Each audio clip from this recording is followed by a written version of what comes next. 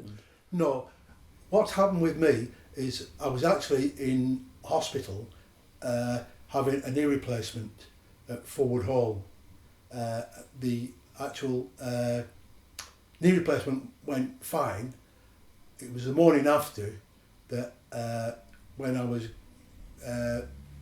being washed and dressed, ready for the physios, I became unwell, and that from that I didn't know anything now for a week, 2 weeks, because once I had the stroke, I was out of it. Sort of. I don't think so. The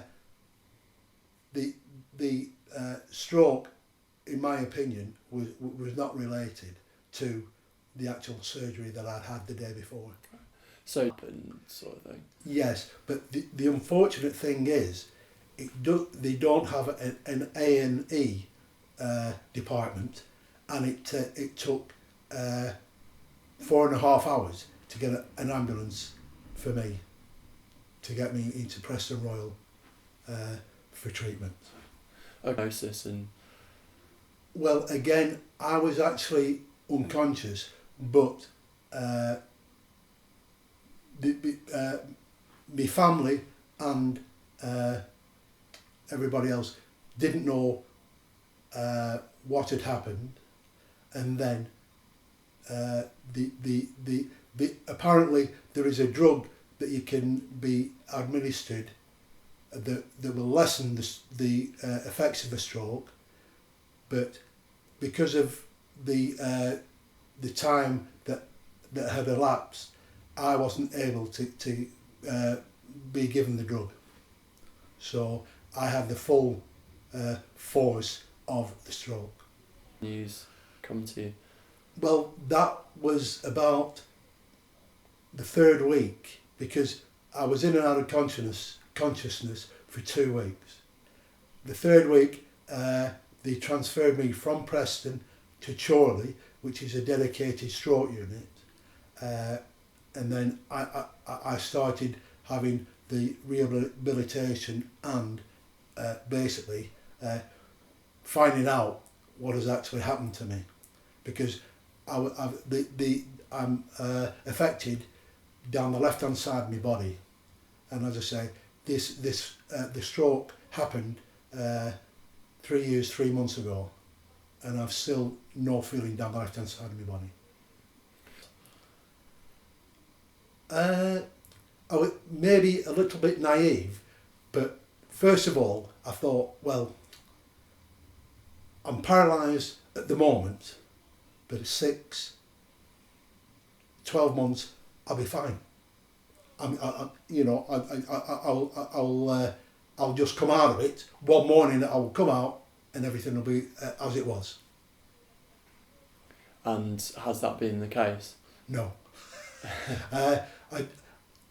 When I left hospital, I was in Chorley Hospital for nearly 3 months.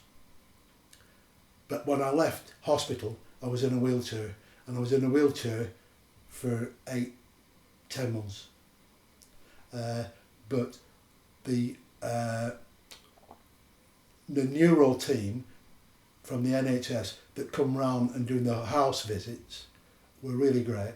They actually got me up and first of all to stand up, which was a feat in itself.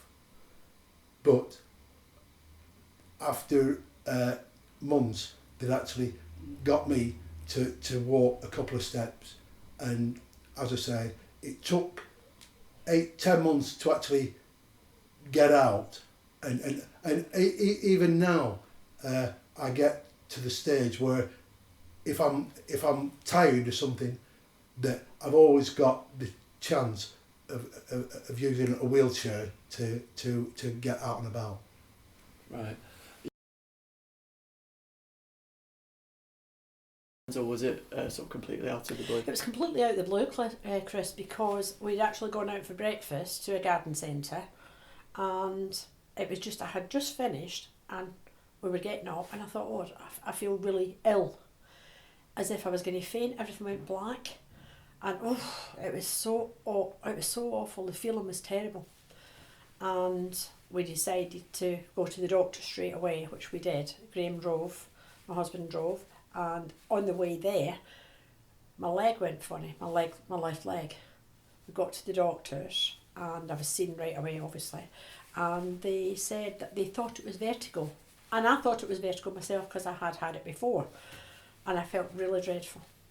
Then, when I come home, after an hour or so, I was sat on the sofa, and after an hour or so, I felt so ill. Graham phoned the doctor again, and they sent an ambulance out. And that was when we discovered the ambulance man came in, the first responder, 8 minutes door to door, fantastic. And he said he thought I'd had a stroke. And what were your first thoughts as soon My as you first heard thought was I'm going to die. My first thought was a panic, sheer panic. I burst into tears. Graham was panic stricken, and you just are thinking, it's like somebody punching you in the face. You get such a shock. You don't realise it's the most unnatural feeling in the world to feel that sick, and that's how I felt. Absolutely sick. But Okay, I survived, and I'm still here. Fantastic. And then so what happened from there? You were taken to the hospital? I was taken to Preston with the blues and twos going because it was an emergency, and I'd previously had other problems, so that was why it was such an emergency to get me there fast. And it was rush hour, unfortunately. It took me on the motorway, and they put the blues and twos on to get through the traffic. Took me to Preston and put me in the medical assessment unit until I decided what was the problem, and I'd had a scan and stuff. Then the day after, I was put in the stroke unit, and from there they took it and came to me and said, right, this is what's happened, you've had a stroke. But this time my left leg and my left arm had completely gone. I couldn't walk, and I couldn't move my arm, and it was so scary. I spent a lot of time crying, I'll be honest. I spent a lot of time in tears. And after a few days, this doctor came and said, right, we're going to transfer you to a rehabilitation unit. Would you like that? And I went, if I can walk again, yes, I would. And that's what happened. They took me then to Chorley, which seemed to have more staff and more one-to-one nursing. I'm not calling Preston, but they were so busy. But Chorley had more staff, and they seemed to have better facilities for my kind of problem and the stroke problem. That's what I thought anyway. Okay. And so, It was difficult in as much as you're still reeling from the shock of being told that you've had a stroke, and you go to do something and you think, I can't do this. Silly things like getting dressed. I couldn't get myself dressed. I just could not get dressed. And exhaustion. I was so tired. And I found that I was very, very tearful. And I did find I had a dribble. I always dribbled down the left hand side because the stroke had hit on the right hand side, which means it's your left side that's affected. And I still dribble, not so much now, but I had always a hanky to wipe away the dribble. And it's frightening because I've seen people like that before, people with mental health problems, things like that. And to think that because of this stroke, what had happened to me, I was doing the same. And it was so scary. But I'm a fighter, and I decided I wasn't going to let this little thing beat me. I was going to survive, and I did. fantastic. And so When I was in Chorley rehabilitation unit, the nurses had come in and they'd left some leaflets and stuff on my, the little table they give you. And I couldn't be bothered with it because I couldn't concentrate on that. But Graham took them home and read everything cover to cover, and that's when we discovered the Stroke Association. Graham waited till I got home, then contacted the coordinator for the North West, who is Julie Glaister, and she came out and she was fantastic.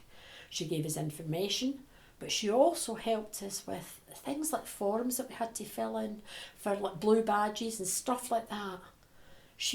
Her help was amazing. And this was the Stroke Association. I'd never heard of them. Never heard of them. She was supportive. She gave us our personal phone number. You phone me day and night.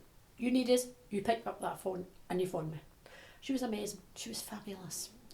And that was when we discovered that previously I'd had an aneurysm in 2012, which was 2 years before the stroke.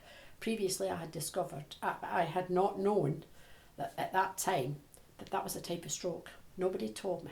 It's called a subarachnoid hemorrhage, and nobody told me that was a type of stroke, which Julie told me, which was 2 years after, which, but then she invited me to go to the Stroke Association meetings, which I did, and I found that there was such a range of different people who had been left with different disabilities, different problems, all had the same stroke under the umbrella of the stroke, but everybody had different, some people could barely walk. By this time I was walking with a stick and doing not so bad.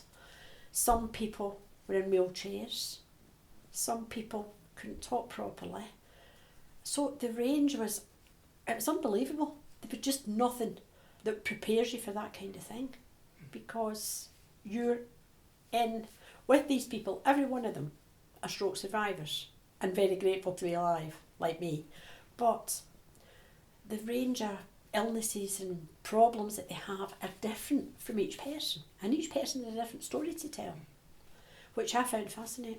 And that's why I got involved with the leaflet that was coming out that we're talking about now, because Julie then put my name forward to the NHS, and we went to the meetings and we took it from there. Well, in the guide, excuse me, I'm going to cough.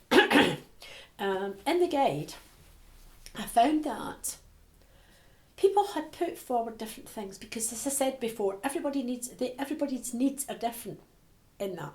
But what I did find fascinating in the guide was, of the information that was coming across, was right across the area that I live in, which is the northwest.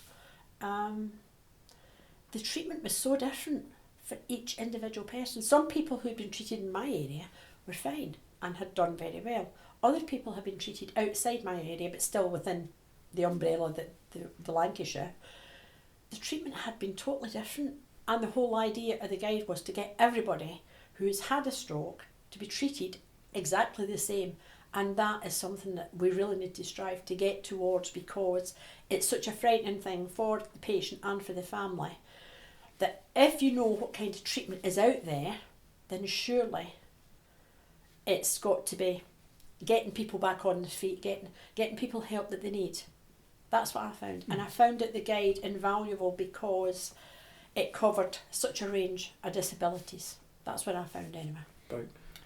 Because it gives you information, because hospitals at the moment, and I'm not calling the NHS at all, they are so busy, they don't have time to explain to the patient, right, pet, you've had a stroke, right, just sit in that bed until we can, and sometimes I'll say to you, right, you're getting physio, but they don't tell you when, they don't tell you what to expect. I spent a lot of time crying, I really did, and the nurses at Chorley, the rehabilitation unit, were fabulous, because they would come in and they would comfort me, because they had time to do that. But a lot of stroke units, they don't have the time because they're so busy.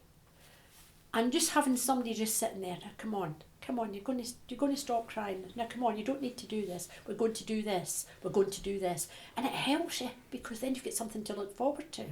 Instead of just sitting in a bed crying because you can't walk. You need to get up and do something about that. So if this guy... I think it would have made a lot of difference, because, as I said before, if it hadn't been for that guide, the Stroke Association leaflet, we'd have been none the wiser. We didn't know there was any help out there. Nobody told us, because, again, they're so busy. They're too busy trying to get people, walking and physio and getting them to the loo and just basic nursing. They don't have time.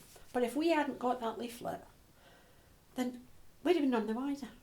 And it could have been thrown in the bin, because at that time I was so probably too concerned with myself, which is wrong, but that was how I felt at that particular time. I couldn't be bothered reading it. If Graham hadn't picked it up and read it, we'd have been none the wiser. We'd have not known. And then I would never have met Julie. Julie wouldn't have put me in touch with Sharon and the NHS people, and this guide would not have been done. And I think it's invaluable for people out there to know that there is help. There is help if you just ask for it, if you know where to go and ask for it. That's what I think. Okay, perfect.